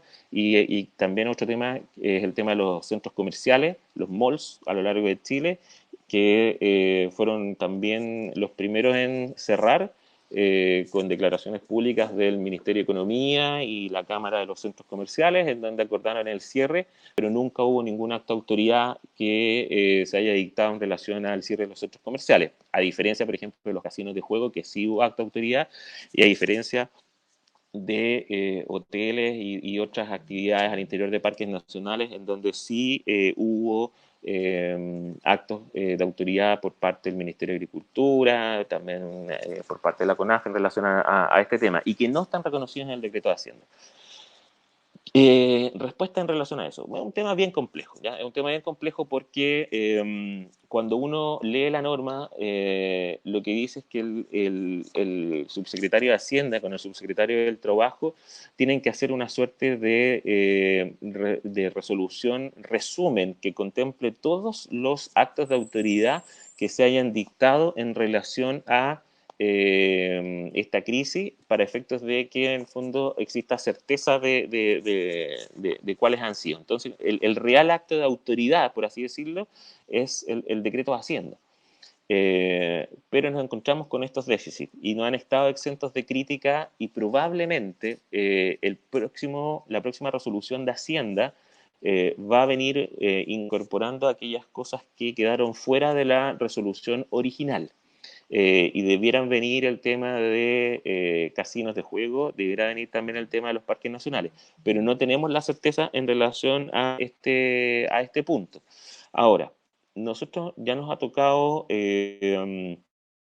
analizar y hay empresas que estando excluidas del decreto de Hacienda, igualmente se han acogido a los beneficios de la ley con pactos de suspensión. Y lo que hemos hecho es sugerirles que se pongan todos los antecedentes de cara a la AFC, tal como les sugerí delante, con total transparencia. Es decir, nosotros somos una actividad ubicada en tal zona, hay una autoridad que nos ha impedido el funcionamiento, no tenemos ninguna posibilidad de funcionar porque si no caemos en infracción de ley y por eso nos acogemos a la normativa en conformidad a los artículos pertinentes. Y que sea la FC la que haga el filtro, ¿ya? Y no me cabe duda el día de mañana que si alguien estima que por no estar en el decreto de Hacienda hay una suerte de infracción a la ley, el haber obrado con total transparencia y tener las resoluciones de autoridad que en definitiva impiden el ejercicio ahí, debiera redundar en que no se aplique ningún tipo de multa, no se aplique ningún tipo de sanción, porque en definitiva la omisión en el decreto de Hacienda respecto de estos casos que sí han sido objeto de pronunciamientos expresos y por escrito por parte de la autoridad, se dé paso a que la lógica prime y no la omisión por parte de Hacienda y de la Subsecretaría del Trabajo. Vamos a tener las primeras respuestas en relación a esta forma de obrar que les sugería en estos días. Ya la AFC está contestando lo que fueron las primeras solicitudes presentadas la semana pasada de personas con pactos de suspensión y están llegando, ¿ya? Así que hay que estar atento a eso. Las primeras respuestas que nosotros hemos tenido de la AFC han sido positivas. Se han excluido las personas que no cumplan con los requisitos de afiliación a la AFC, de tener ciertos mínimos de meses pagados de cotizaciones hacia atrás, pero en general se están aceptando. Ahora, déjenme ver un poco de las preguntas que me llegaron acá al lado. Dice, ¿pueden los empleadores complementar la renta a los trabajadores con contrato suspendido y que están accediendo al seguro de cesantía? Sí, efectivamente es lo que yo les mencionaba. Yo lo que les sugiero es que esperen en todo caso antes de esto. eh, Antes de esto, el dictamen que debiera salir la próxima semana, ¿ya? No obstante, si el dictamen no se pronuncia en relación a este punto, tenemos la seguridad que sí se puede efectuar el complemento en la medida en que no se sobrepase el 100%. Esto ya lo ha dicho el subsecretario del Trabajo en forma pública, están los enlaces en Internet en donde se declara esto, pero si el dictamen no lo dice, yo creo que el pago del complemento podría hacerse mediante tal vez no una figura de complemento de remuneración, sino tal vez mediante una figura de préstamo. ¿Ya? Al que quiera un poco más de alternativa, después si quiere me puede escribir por separado y lo oriento un poco más en detalle, pero el efectuar préstamos a los trabajadores no es una figura que esté prohibida, entonces eventualmente por 1, 2 meses o 3 meses uno podría utilizar esa alternativa como medida de complemento de lo que la AFC no paga. ¿Ya? Obviamente esto tiene ciertas implicancias a posterior que hay que saber tratar. Me ponen también otra pregunta que dice, necesito saber cuáles son los parámetros que definirán que una empresa debe terminar con la ley de protección del empleo y volver a pagar el 100% de los sueldos. A ver, los parámetros para saber si ya en el fondo tengo que volver a pagar el 100% del sueldo. Los parámetros básicamente son las vigencias de cada una de las alternativas que están dadas en la ley. La primera... la primera puerta de esta ley son las suspensiones por actos de autoridad. Y la verdad que eso es esencialmente dinámico y tiene una concreción fáctica muy, muy concreta, que en el fondo es una resolución que se van publicando todas las semanas y que tiene un inicio y una fecha de término. Por lo tanto, si yo solamente me quedara acogido a las suspensiones automáticas o temporales por acto de autoridad, cuando termine la cuarentena, por ejemplo, inmediatamente tengo que empezar a pagar la remuneración si es que ese trabajador se reincorpora y si yo puedo, obviamente, abrir mi local para otorgarle el trabajo debido. Si hago los pactos de suspensión tienen una vigencia, ya que yo tengo que poner en el documento, ya pueden tener una vigencia que va desde, máximo son 6 meses desde la fecha de entrada en vigencia de la ley. La ley entró en vigencia desde el 6 de abril y yo puedo pactar, si hubiese pactado ese mismo día, tengo 6 meses hacia adelante, hasta el 6 de octubre, para poder hacer pactos de suspensión. Pero yo les diría que lo que están haciendo las empresas al día de hoy es pactar vigencias de un mes, o algunas lo están haciendo hasta máximo visto de 3 meses. ¿Ya? Por lo tanto, cuando termine el pacto, y yo voy a saber obviamente cuál es la fecha de conclusión, ahí lo que corresponde es ver si se dan las condiciones para volver a trabajar, y si no se dan, bueno, puedo obviamente volver a pactar la suspensión, renuevo el plazo o eventualmente recurro a, tal vez con una disminución de la jornada de trabajo, a que el trabajador vuelva y se reincorpore, pero con una jornada reducida, ¿ya? Pero eso lo voy a saber también ahí. Otra pregunta que me acaba de llegar dice, en el caso de los empleados con el artículo 22, ¿se les puede aplicar reducción de jornada y salario? Y tanto la reducción de jornada como la suspensión laboral deben ser de mutuo acuerdo. Ya, esto es bien importante. Primero, lo había contestado antes. La gente que, cuando se dice en todo caso que los empleados con artículo 22, yo entiendo que ahí me están preguntando sobre, porque así se utiliza este concepto con la gente que está sin horario, ya están exentos de jornada. Los que están sin horario no pueden acogerse a la reducción de jornada con el beneficio de la AFC, ¿ya? Se los mencioné hace unos minutos, la figura es bien expresa, yo puedo reducir jornada. ¿Y a quién le puedo reducir jornada? A los que tienen jornada. Los que están sin horario por nomenclatura de la ley son personas exentas de jornada. Por lo tanto, no se puede aplicar respecto de ello. Y la alternativa, que también se las mencioné, era pasarlo a tener jornada, pero eso puede ser estimado como fraudulento. Por lo tanto, va a tener, ¿cómo se llama? Esa contingencia. Después me dicen, si tanto la reducción de jornada como la suspensión laboral deben ser de mutuo acuerdo. Claro que deben ser de mutuo acuerdo. El pacto de suspensión y el pacto de reducción de jornada tienen que ser pactados, tiene el trabajador que aceptarlo y si el trabajador, y esta es una pregunta que nos ha llegado en varias ocasiones, si el trabajador no acepta, ¿qué hago?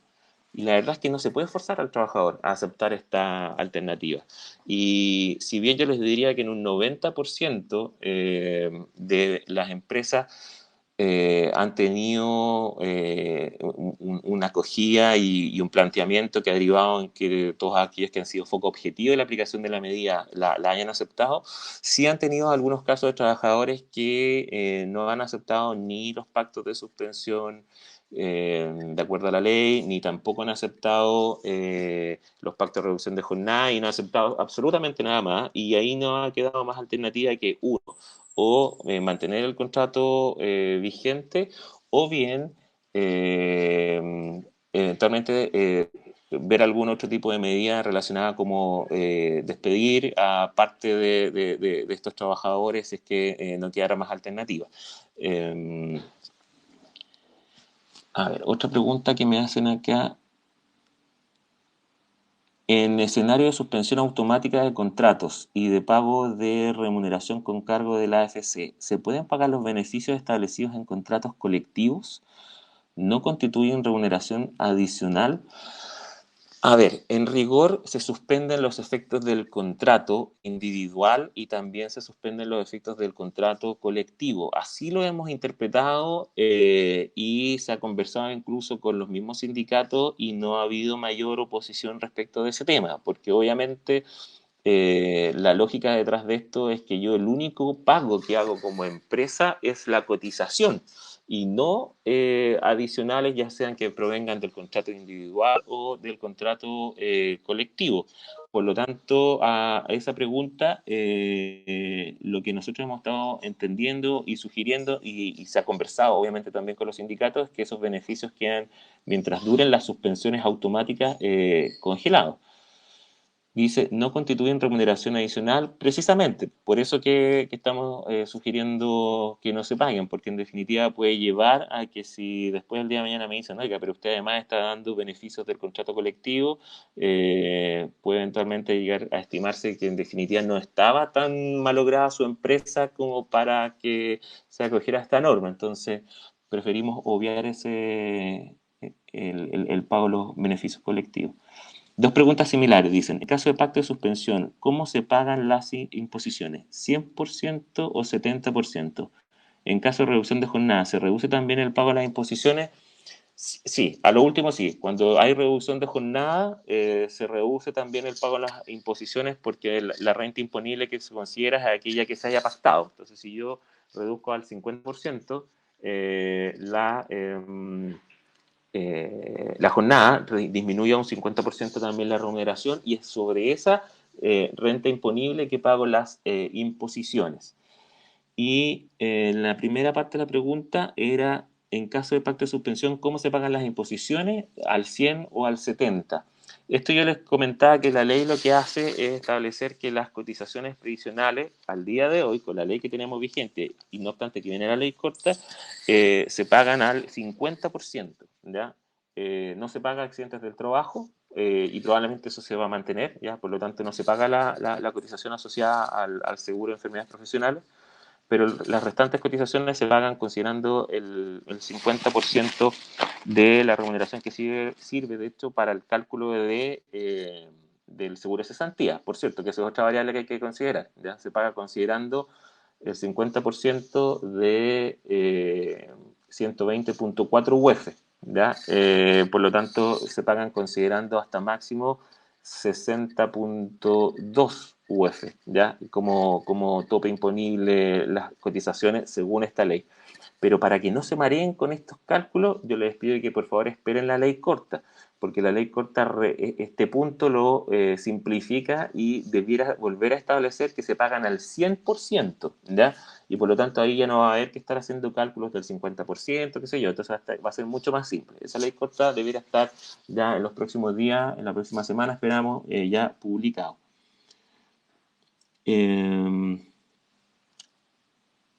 Dice, necesito saber qué significa por parte del complemento, para entenderlo bien. El complemento tendrá un límite máximo mensual de 225.000 por cada trabajador afecto a jornada ordinaria. Creo que ahí lo que me están preguntando es en relación a el tope mínimo que hay del Fondo Solidario. Yo les explicaba que cuando se accede a los beneficios de la AFC, lo primero que se utiliza o que se siniestra es el fondo individual, ¿ya? Y, por ejemplo, si es una persona que gana 1 millón de pesos y tiene su fondo individual, imaginémonos, 5 millones de pesos, el primer mes va a recibir el 70% de su remuneración, entonces teóricamente debiera recibir 700.000 pesos. El segundo mes recibe el 55% de su remuneración y por lo tanto debiera recibir 550.000 pesos. Pero ese curso de acciones es porque esa persona tiene fondos en su cuenta individual por cesantía. Pero si es una persona que, por ejemplo, no tiene los fondos suficientes y solamente le alcanza para el primer mes pagarse el 70% en forma íntegra, al segundo mes va a pasar a el fondo solidario, ¿ya? Y el fondo solidario tiene los mismos porcentajes, ¿ya? De cobertura, 70% el primer mes, 55% el segundo, 45% el tercero, 40 el cuarto y 35% el quinto, pero tiene bandas ya del complemento y con un tope mínimo y un valor máximo a pagar.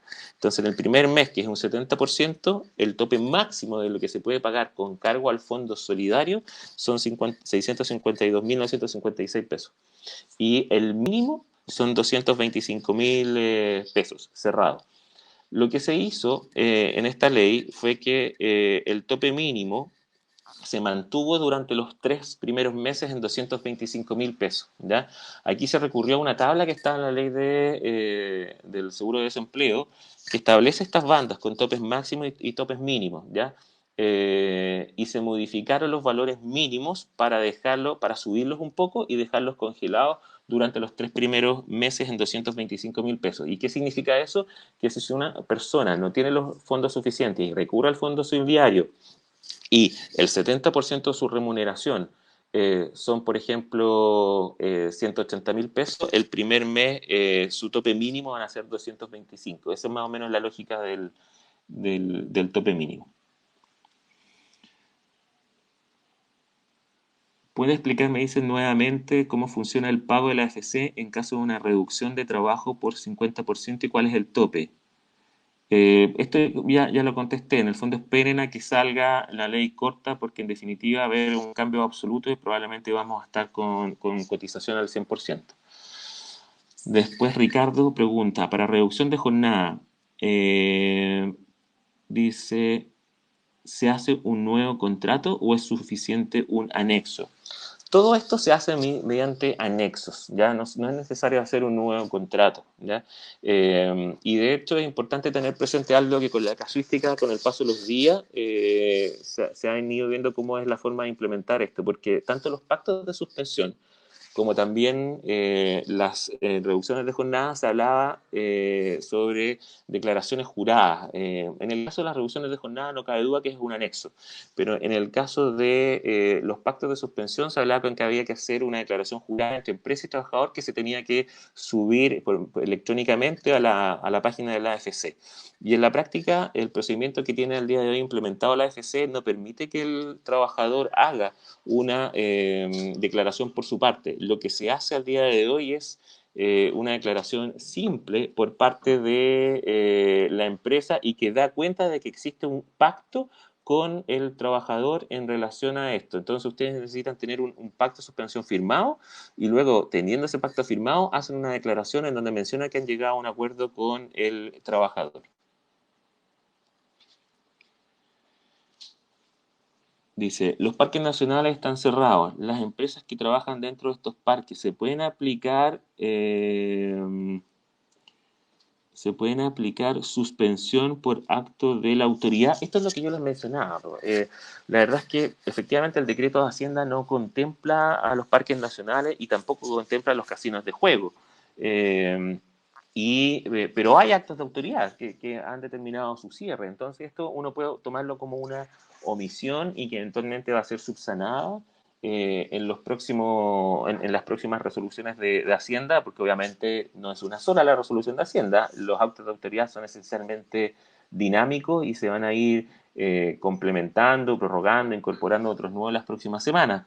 Y de hecho ustedes han visto que ha aparecido el ministro de Salud informando sobre comunas que han salido de cuarentena, se han agregado otras y probablemente debiéramos tener de aquí a la próxima semana un nuevo decreto de Hacienda resolución de Hacienda que contemple estas modificaciones y eventualmente debiera también hacerse cargo de las críticas que se han formulado en relación a la omisión de casinos o de las empresas que están en parques nacionales. Y esto de la mano de lo siguiente, para que lo tengan presente.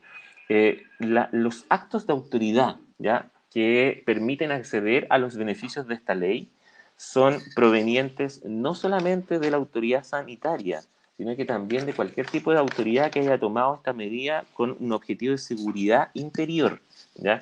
Entonces, al parecer, que es lo que estamos viendo y que lo que se hizo en la resolución de Hacienda, la primera, fue agarrar casi todas las resoluciones o actos de autoridad que tenían estas restricciones, estos impedimentos o prohibiciones, pero que emanaban de la autoridad sanitaria, y parece que se omitieron las que venían de otro tipo de reparticiones de gobierno. Así que probablemente, como la ley no restringe esto solamente a actos de autoridad del orden sanitario, sino que también aquellas de seguridad interior, debiéramos tener incorporación de nuevos actos de autoridad en el decreto de Hacienda. Ahora, yo sé que a muchos de ustedes les preocupa qué pasa si a lo mejor el decreto de Hacienda ya no los vuelve a incorporar.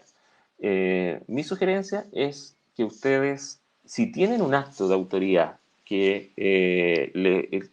sobre una zona determinada, los parques nacionales, en donde algunos de ustedes tienen sus comercios, sus actividades instaladas y no pueden funcionar, con total transparencia, eh, acuerden los pactos de suspensión, hagan las rebajas de jornada, según cuál sea la alternativa que planteen, y esto lo transparentan a la AFC. Y cuando ustedes suban la información de cuáles son los datos de los trabajadores que tienen cada uno de estos pactos, y pongan ustedes cuál es la afectación en todo o en parte, que hay que ponerlo, en los casos de los pactos de suspensión, digan, mi afectación viene dada porque con fecha tanto se dictó tal resolución que impidió tener aperturados los parques nacionales, que yo tengo mi establecimiento comercial ubicado en su interior, que desde aquella fecha hasta el día de hoy no puedo trabajar, que es un impedimento total, que es insuperable, que si no lo cumplo me arriesgo a sanciones, y por lo tanto hemos acordado, como lo dispone la Ley de Protección al Empleo, esta figura de pacto de suspensión con los trabajadores. Si yo hago eso con total transparencia, pensando en el horizonte que la ley es proteger el empleo, teniendo un acto de autoridad documentado, una resolución firmada, la AFC no debiera más que simplemente verificar que se cumplen los requisitos y decir sí o no, ¿ya? Así que en ese sentido, los invito a que consideren esa opción.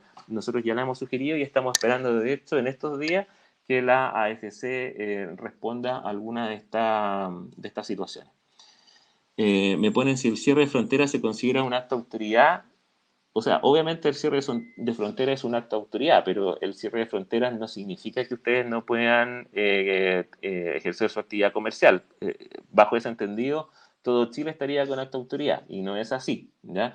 Los actos de autoridad que se tienen que considerar para efectos de la ley son aquellos que en una zona del país prohíban o impidan totalmente, ¿ya?, la prestación de los servicios contratados. El cierre de fronteras no impide seguir operando comercialmente al interior del país, ¿ya? Son otro tipo de autoridad que tienen, como las cuarentenas obligatorias, los que impiden esto. El cordón sanitario tampoco, ¿ya? Que también viene una pregunta. El cordón sanitario no impide la actividad comercial al interior. De hecho, Chillán tenía cordón sanitario y la actividad podía perfectamente seguir operando comercial en su interior hasta cuando después le impusieron cuarentena, ¿ya? Así que no es acto de autoridad que impida trabajar en su interior. Sí lo que, ojo, aquí hay un tema, porque había una circunstancia, pero este es un caso más de laboratorio. Casos de trabajadores que estaban dentro o fuera del cordón sanitario y el lugar de la empresa estaba al otro lado, ¿ya? En esos casos, que son mucho más puntuales, podría existir fundamentación para, respecto de ese trabajador, argumentar la existencia de un cordón sanitario en el evento en que no haya podido obtener los permisos pertinentes por parte de la autoridad para prestar los servicios traspasando esa barrera, salvo que haya trabajado en una empresa de servicios esenciales o estratégicos, no le debieran dar ese permiso, ¿ya? Por lo tanto, en ese caso, respecto de ese trabajador, sí podría existir un acto de autoridad que le haya impedido prestar los servicios, pero es un caso particular cuando se da esta circunstancia en que empresa y trabajador estén separados por un cordón sanitario. Me preguntan si puedo repetir la recomendación respecto a continuar pagando el 100% de las cotizaciones a objeto de evitar juicios de nulidad. Ya, entendiendo que si esto siempre ha existido, ¿eh? Si yo, por ejemplo, a un trabajador le dejo de pagar en un mes sus cotizaciones previsionales o no se las pago íntegramente, va a existir una deuda de cotización, ¿ya? Y esa deuda de cotización tiene como sanción que yo, el día de mañana, cuando sea que lo despida, ¿ya? En un año más, en 2 años más, en 3 años más, si es que existe una deuda de cotización, ese despido puede ser considerado nulo, ¿ya? Entonces, ¿cuál es el temor que nosotros vemos detrás de esto? Que como la casuística del cálculo de las cotizaciones está siendo tremendamente disímil en cómo está siendo abordada por parte de las empresas, porque hay empresas que o no tienen asesoría de abogados, o teniendo asesoría de abogados tienen una opinión distinta de cómo interpretarlo, entonces hay empresas que están pagando el 50%, pero eventualmente están pagando, eliminando ciertas cosas, por ejemplo, las asignaciones familiares, que nosotros tenemos que sí tienen que pagarlas, y están pagando, por ejemplo, solamente el 7% del costo de salud, ¿ya? En ese caso, lo que nosotros estamos viendo es que como es interpretable solamente pagar el 7% de salud, y dado que la norma exige que se paguen todas las cotizaciones previsionales, tanto de cargo de la empresa como también del trabajador, lo dice en esos términos, yo creo que cuando dice también aquellas que son de cargo del trabajador, se refiere a aquellas que pueden ser consideradas como el sobreprecio sobre el 7%, ¿ya? De la tarifa del costo del plan de ISAPRE. Entonces, si yo, por ahorrarme un poco de dinero, ¿ya? Y para solamente pagar el 7% y no pago, por ejemplo, el sobrecosto del plan de salud, me puedo arriesgar a que me digan que hay una deuda de cotización, dado que la norma decía que se paga también todas las cotizaciones que son de cargo del empleador y del trabajador. Y bajo ese entendido, si yo a ese trabajador lo despido en enero del próximo año, me podría llegar a decir y me dice, oiga, pero usted, cuando me pagó la cotización de abril, ¿ya? Del 2020, me pagó solamente el 7%, y no me pagó mi plan completo. Mi plan completo era un poco más que el 100%, eran 35.000 pesos más que usted no me los pagó. Y por lo tanto hay una deuda previsional. Y usted estaba obligado a hacer eso porque la norma dice que se pagaban las cotizaciones incluso que eran de mi cargo. Y si eso un juez lo ve, y el juez, ustedes saben que los jueces laborales se rigen en la aplicación de las normas en base al principio pro trabajador, probablemente va a decir, pero espérese, usted omitió pagarle 35.000 pesos en abril, se ciñó solamente al 7%, y en base a qué disposición, en base a qué artículo, dictamen, porque en ninguna parte se dice que usted pagaba solamente el 7%. Esto es una interpretación, y aquí dice que usted tenía que pagar todo. Entonces aquí yo voy a acoger la demanda de este trabajador y voy a establecer que hay una nulidad de su despido por estos solo 35.000 pesos que quedaron pendientes en el mes de abril. Y eso va a generar, en definitiva, que si yo me vi enfrentado a este juicio, que nace en, pongámosle, lo despedí en enero del próximo año, y el juicio nace en febrero y termina con sentencia en junio, por los meses que duró la separación del trabajador, enero, febrero, marzo, abril y todos los consecuenciales hasta que tenga la sentencia, se va a entender que operó la nulidad del despido y hay una sanción, es una ficción legal que yo tengo que pagarle la remuneración íntegra a ese trabajador durante todos esos meses. Y hasta, esa obligación demora o va a seguir corriendo, es un taxímetro, los laboralistas lo llamamos taxímetro a eso, va a seguir corriendo esa sanción hasta que yo haya pagado la cotización pendiente. Por lo tanto, si yo, por ejemplo, la sentencia sale y pago los 6 o 7 meses de remuneración el próximo año, mientras no haya pagado los 35.000 pesos que me quedaron pendientes de la cotización de abril, el taxímetro sigue corriendo, ¿ya? Entonces, por eso que mi recomendación en general a todos nuestros clientes ha sido, hombre, entre interpretación de pagar el 7% versus pagar el plan completo de ISAPRE, yo les sugiero que mejor paguen la cotización al 100%, porque la ley corta probablemente lo va a aclarar y porque probablemente la interpretación de un juez el día de mañana, aunque la ley corta no salga, va a ser en ese sentido, dado que es lo que más favorece al trabajador y el riesgo es tremendamente elevado por esta sanción que les acabo de explicar. Pues ni un banco a mí me da un sueldo por mes y sí lo hace esta sanción de la nulidad del despido. Por lo tanto, mi recomendación, siendo lo más conservador y evitando una sanción mucho más grande a futuro, es obrar de esta forma, ¿ya? Ricardo pregunta, dice, necesito reconfirmar, ¿se rebaja la jornada y la remuneración a la mitad? ¿Se rebajan también las cotizaciones previsionales en la misma proporción? A ver, efectivamente eso es así, ¿ya? Si yo rebajo mi jornada, aquí hay norma expresa, ¿ya? Si yo rebajo mi jornada, también rebajo mi remuneración.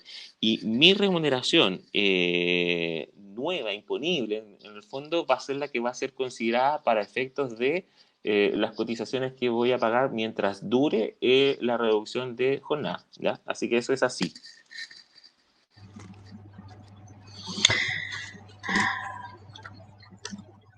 Jaime, hay una pregunta que quedó ahí, que pasó respecto del tema del acto de autoridad asociado a si se trata de una empresa de transporte de pasajeros internacional. A ver, entiendo, salvo el caso de ser una empresa de transporte de pasajeros internacional. Efectivamente, las empresas de transporte de pasajeros internacional, por lo que nosotros hemos visto, pero este es pasajeros, no es carga, es Mm, pasajero. Hay pasa- cierre, bueno, al día de hoy yo les diría que entiendo que las empresas de transporte de pasajeros internacionales debieran ser consideradas empresas de servicios esenciales. Es un tema que tendría que confirmarlo porque solamente lo hemos estado viendo por el tema de cargas, ¿ya? Y el tema de carga es servicio esencial. Pero como el cierre de fronteras tiene excepciones, ¿ya?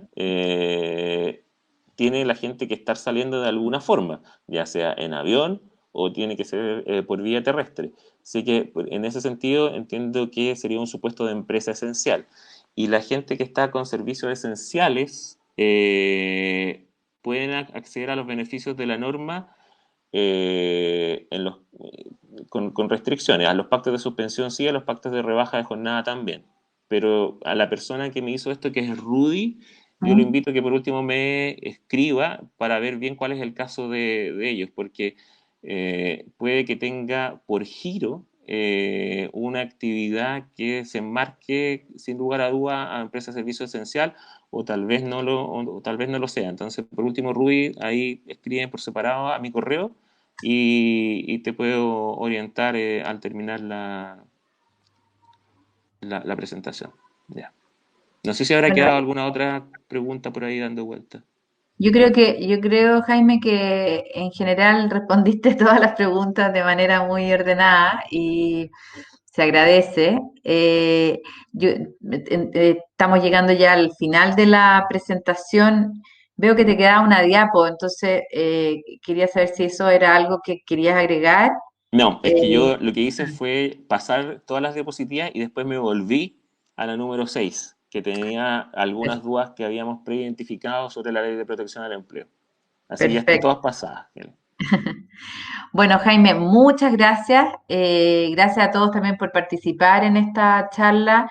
Te agradecemos mucho, Jaime, porque en realidad, como tú puedes ver, nuestras preguntas son sumamente concretas, asociadas con la realidad que estamos viviendo nosotros. Así que el que tú te puedas acercar a nuestra industria y poder aclararnos las cosas realmente ha sido muy bueno.